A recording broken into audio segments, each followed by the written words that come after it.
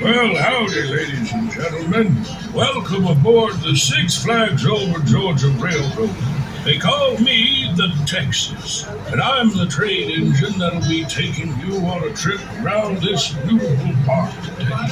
Now, I'd first off like to say that I appreciate everybody coming on board. If it weren't for you, I'd surely be taking up space out in that old scrapyard with some of my family members that have come and gone over the years.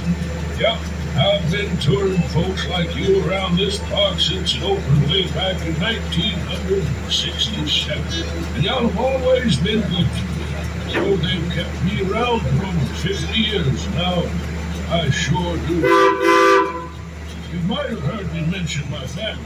I'll have plenty more to say about them during this trip, but before we get moving towards Raven Gap, there's some rules I have to take care of, so listen real carefully. There's no eating, drinking, or smoking while you're on this train. Also, for your safety, remain seated. Always keep your hands and feet inside these here train cars. Don't be trying to get off of this train until I say it's safe. Now, everybody's seated and ready. We'll get moving here just as soon as I clear my throat. All right, that's better. Now, as we pull out of the Martinsville station, turn and wave goodbye to your station master and all the nice folks who were so helpful in getting you safely on the train today. As a matter of fact, you'll see folks waving at you this whole trip, so be polite and wave back. We are in the South, after all. Shoot, we practice right now as we come up to the spot where over 800 smiling members of our family. Make sure you have a good day and a fun time here at Six Flags. Let's just take a second to say hey to one another. Now, you keep hearing me mention family, because that's what we are. And there ain't many old relics left that have been here with me since opening day back in 1967. But down on the left, we're coming up on one that has. While many others have come and gone, the Dahlonega Mine Train has been here since the beginning. Named after the Dahlonega, Georgia Gold Rush of 1828, which just happened to be the very first gold rush in these here United States. The mine train was the park's biggest roller coaster until the addition of the Great American Steam Machine way back in 1973, when the Cotton States Exposition was added to the park. Here on the right, what's now you will now see Justice League Battle for Metropolis. And up in the skies of Metropolis, you can see Superman Ultimate Flight shooting up to 115 feet at speeds of over 60 miles per hour, which is way faster than this old locomotive can get up to these days. I'll just stick to my cruising speed of 10 miles per hour. In 2017, Metropolis replaced the Confiscate section, which was once home to favorites like Momo the Monster and Piper. Now, we all have those family members that refuse to age gracefully. And in 2016, one of our own consequent, just here on the right where my old friend Seaforth used to live, is what used to be called Ninja. After a facelift and name change, now call her Blue Hawk. But she still takes you upside down 5 times. In comparison, this here train you're on right now takes you upside down 0 times. To your right, standing 200 feet in the air, is Skyscraper. In 2015, this tall tower was called in to relieve the wheel, which got moved in from USA section back in 1985 to replace the drunken barrels. They got too inebriated to continue on. Skyscreamer lives in the Lickskillet section, which became an addition of our family back in 1968. In 2019, the former home of Whistle Stop Park and Deja Vu was transformed into the Scream Punk District. Now I'm old.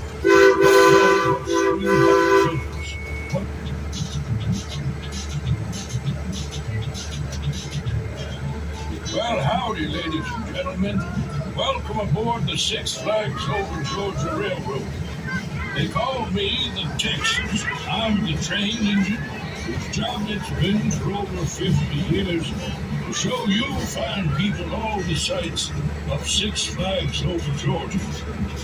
Today I'm going to give you a little bit of Six Flags history as you look at some of the rides and attractions in our beautiful park.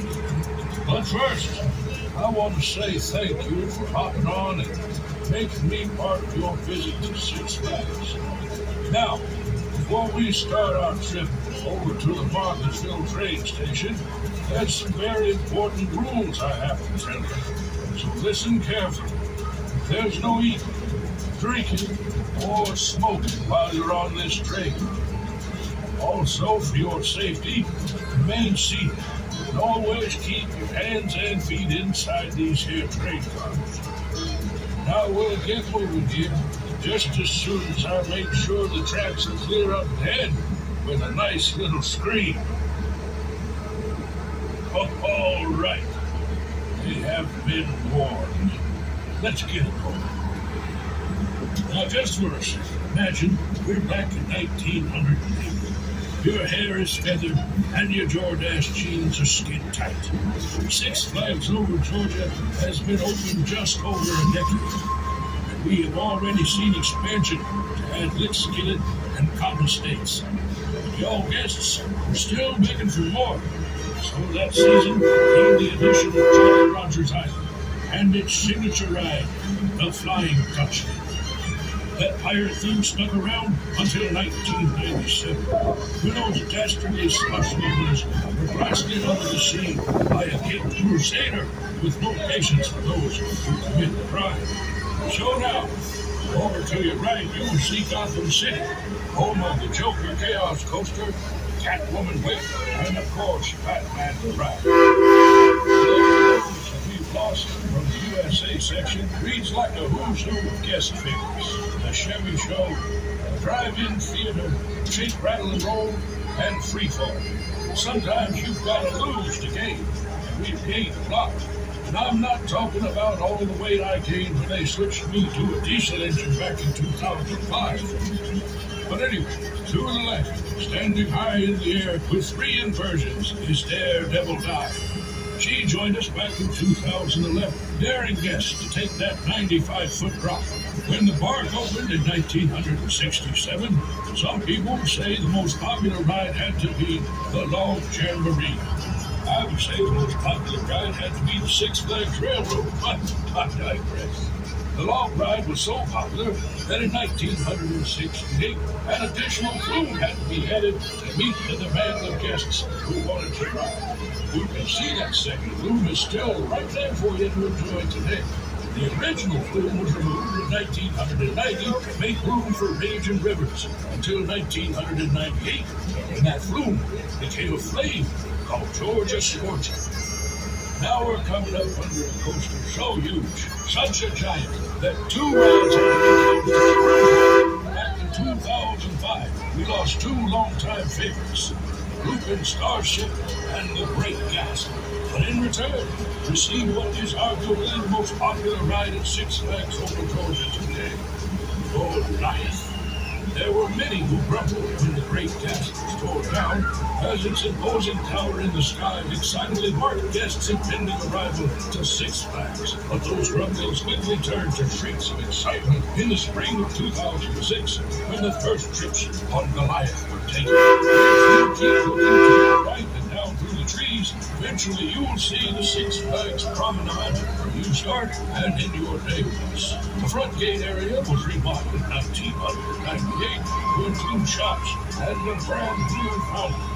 Promenade saw a more recent change when we lost Six Flags Marketplace to Coaster Candy in the Great Sugar Rush of 2017. Down past the Promenade is the coastal section. From 1967 to 2017, this area was called the British section and was home to old favorites like the Highland Swings, Condy's Tavern, and Piccadilly Suites. Now here we are back at the Martinsville train station, a name rich in Georgia history. Once called Terminus, the Atlantic train line. The name was changed to Martinsville in 1842, and then finally, in 1845, became known as the Great City of Atlanta. So, if this is the end of the line for you, gather your belongings. Wait for the train to come to a complete stop. Then listen for my whistle to signal the all clear. Then you will be free to exit the train. Otherwise, feel free to stay on, and after I take a quick rest, we'll be heading back over to the Raven Cap train station. I hope you enjoyed the trip. Have a great rest of your day here at Six Flags over Georgia.